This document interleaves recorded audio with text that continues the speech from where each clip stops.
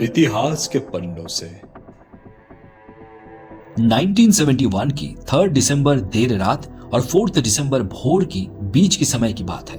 भारत की तब की प्रधानमंत्री श्रीमती इंदिरा गांधी रेडियो पे अपनी देशवासियों को संबोधित करते हुए बताई कि 3 दिसंबर की शाम लगभग 5:30 बजे पाकिस्तान ने भारत के ऊपर हमला कर दिया। कुछ ही घंटे पहले करीब 5:30 बजे शाम के 3 दिसंबर को पाकिस्तान ने हमारे ऊपर एक हमला किया। अभी प्राइम मिनिस्टर की भाषण चल ही रहा था कि विशाखापट्टनम बंदरगाह से थोड़ी दूर समुद्र में एक जोरदार धमाका हुआ। धमाका इतना तेज था कि बंदरगाह की आसपास की घरों की शीशे टूट गई। मीलों दूर से समुद्र की पानी को बहुत बहुत ज्यादा ऊंचाई तक उछल के नीचे गिरता दिखाई दिया। किसी को समझ ही नहीं आया था कि हुआ क्या है। कुछ लोग सोचे भूकंप जैसा कुछ हुआ, तो कुछ लोगों को लगा पाकिस्तानी विमान ने बमबारी कर दी है।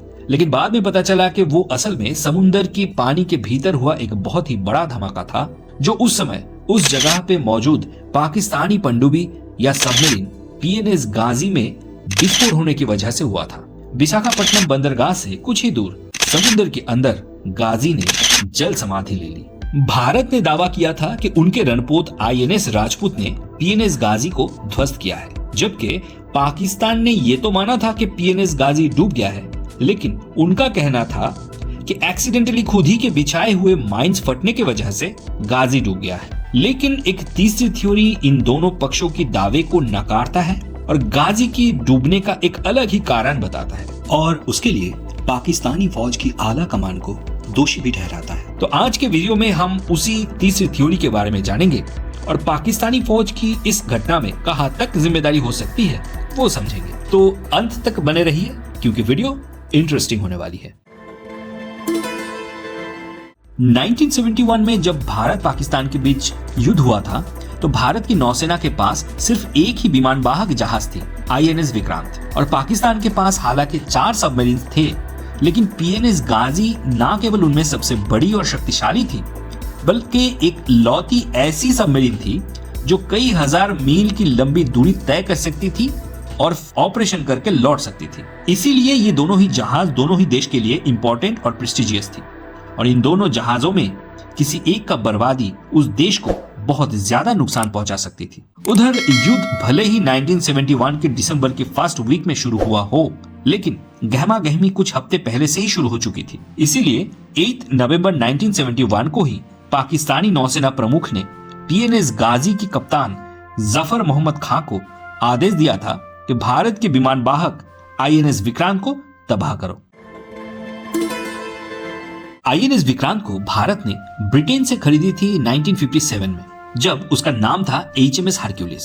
खरीदने के बाद भारत ने उसका नाम चेंज करके आईएनएस विक्रांत कर दिया था। 1943 में एक्चुअली में बनके तैयार हुआ था आईएनएस विक्रांत, और 1971 आते आते वो काफी पुरानी हो चुकी थी और उसका कंडीशन भी काफी खराब हो चुका था। यहाँ तक कि उसकी बॉयलर में परमानेंट क्रैक पड़ने की वजह से वो बहुत ज्यादा स्पीड से नहीं चल सकती थी।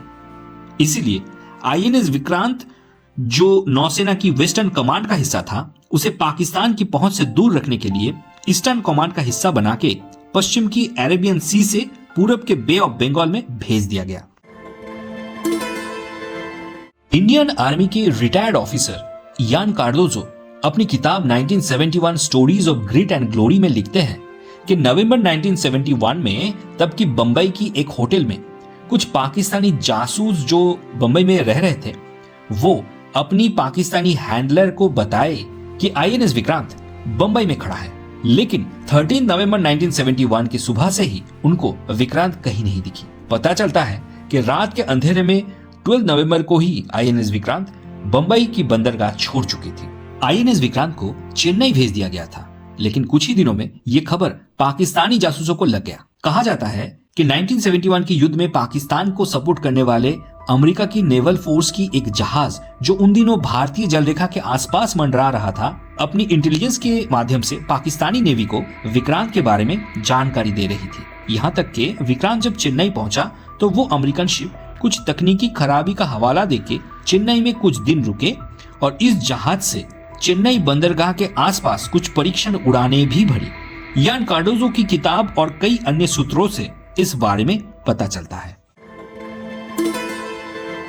इंडियन नेवल इंटेलिजेंस को भी इस बात की भनक लग चुकी थी कि अमेरिका और पाकिस्तान मिलकर विक्रांत की लोकेशन ट्रेस कर रही है। इसीलिए उन्होंने भी अपना अलग रणनीति बनाई, जिसके अंतर्गत उन्होंने भी उल्टा जासूसी शुरू किया पाकिस्तान के प्लान का पता लगाने के लिए। और ऐसे करते करते 8 नवंबर 1971 को भारतीय सेना की ऑफिसर मेजर धर्मदत्त ने ढाका और कराची के बीच हो रही वायरलेस कम्युनिकेशन को खुफिया तरीके से इंटरसेप्ट किया और 2 दिन बाद 10 नवंबर को उस मैसेज को डिकोड करने में सक्षम हुए। उस मैसेज से इंडिया को पता चला कि पीएनएस गाजी को लगाया जा रहा है आईएनएस विक्रांत को डिस्ट्रॉय करने के लिए। गाजी पनडुब्बी 14 नवंबर 1971 को कराची से अपनी मिशन के लिए निकली। पहले वो श्रीलंका गई, वहां 18 नवंबर को त्रिंकोमाले से ईंधन भरवाया। पाकिस्तान के पास क्योंकि बहुत पहले से ही जानकारी थी, इसलिए उनकी नेवी हाई कमांड ने पीएनएस गाजी के कप्तान कमांडर जाफर खां को सूचित किया कि विक्रांत चेन्नई छोड़ के अभी विशाखापट्टनम की ओर जा रही है।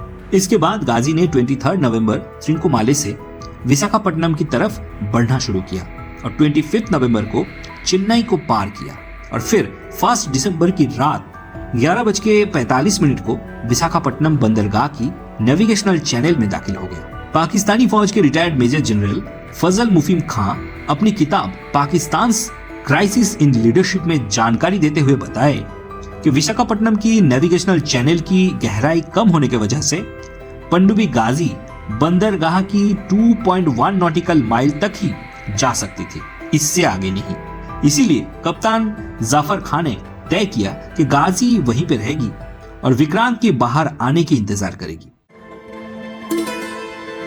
उधर 10 नवंबर को मेजर धर्मदत्त की पाकिस्तानी खुफिया मैसेज डिकोड करने के बाद ही विक्रांत को सुरक्षित रखने के लिए एक प्लान बनाया गया। इसके तहत विक्रांत को अंडमान द्वीप भेज दिया गया था, यानी विक्रांत विशाखापट्टनम में है ये सोच के जब पीएनएस गाजी विशाखापट्टनम में उसका बाहर आने की इंतजार कर रहा था, तब असल में विक्रांत वहां था ही नहीं। उसकी जगह एक पुराने डिस्ट्रॉयर आईएनएस राजपूत को लगा दिया गया और पाकिस्तानी इंटेलिजेंस को ये आभास दिया गया कि आईएनएस विक्रांत विशाखापट्टनम में है। इंडियन नेवी के retired vice admiral N Krishnan, जो 1971 में ईस्टर्न नेवल कमांड के प्रमुख थे, उन्होंने अपनी आत्मकथा अ सेलर्स स्टोरी में जानकारी दी है कि आईएनएस राजपूत को विशाखापट्टनम से करीब 160 किलोमीटर दूर ले जाया गया और उसे इंस्ट्रक्शन दी गई कि विक्रांत की कॉल साइन यूज करे और उसी रेडियो फ्रीक्वेंसी पर खूब सारी रसद की मांग करे, जो कि आईएनएस विक्रांत जैसे एक विशाल जहाज के लिए जरूरत पड़ता है।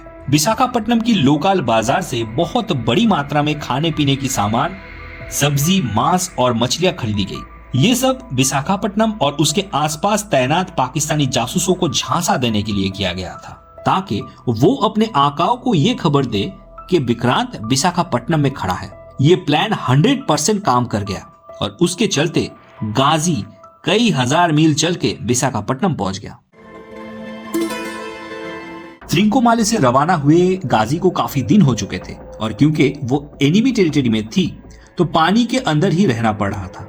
इससे पनडुब्बी के अंदर निकलने वाला धुआं बहुत ज्यादा मात्रा में जमा हो रहा था, जो न केवल अंदर के नाविकों का सेहत के लिए खराब था, बल्कि पूरी पनडुब्बी की सुरक्षा के लिए भी चिंता का विषय था।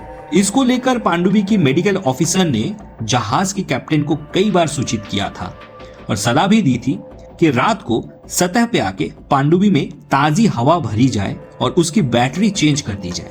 कैप्टन भी समझ चुके थे कि जल्दी ही सतह पे आना पड़ेगा, लेकिन दिक्कत ये थी कि गाजी जैसी बड़ी पनडुब्बी अगर पानी से थोड़ा भी ऊपर आ जाए तो बहुत दूर से ही उसे देख लिया जा सकता है और दुश्मन की हाथों पकड़े जाने का संभावना है। कई बार कोशिश की गई सतह पे आने की, लेकिन इंडियन नेवी के जहाज और सर्विलेंस बोट की उपस्थिति के कारण वो हो नहीं पाया और धीरे धीरे पनडुब्बी के अंदर हाइड्रोजन गैस की लेवल इतनी बढ़ गई कि उससे बड़ा विस्फोट हो गया और गाजी ध्वस्त हो गया। हालांकि ये एक थर्ड थ्योरी है गाजी के डूबने की, जो भारत और पाकिस्तान दोनों ही देशों की सरकारें नहीं मानती, लेकिन ऐसे मामलों की जानकारी रखने वाले इंडिपेंडेंट स्पेशलिस्ट्स, गाजी के अवशेषों को जांच करने वाले ज्यादातर भारतीय अफसर और गोदाखोरों का यही मानना है। और ये लोग इस घटना के लिए पाकिस्तान के आला कमान को ही दोषी ठहराते हैं। इन दिग्गजों का मानना है कि कराची से विशाखापट्टनम आके INS विक्रांत को डिस्ट्रॉय करके फिर लौट जाना, ये प्लान सक्सेस ना होने का चांस ऑलमोस्ट 100% था। फिर भी इस मिशन को अंजाम दिया गया पाकिस्तानी नेवी के कुछ बड़े अफसर्स की जिद की वजह से। उनको बस किसी तरह भारत को नुकसान पहुंचाना था, भले ही उसके लिए अपनी खुद की नुकसान क्यों ना हो जाए। आपको इस मामले में क्या कहना है कमेंट में जरूर बताइए, और वीडियो अगर अच्छी लगी तो इसे लाइक, शेयर और चैनल को सब्सक्राइब जरूर कीजिए।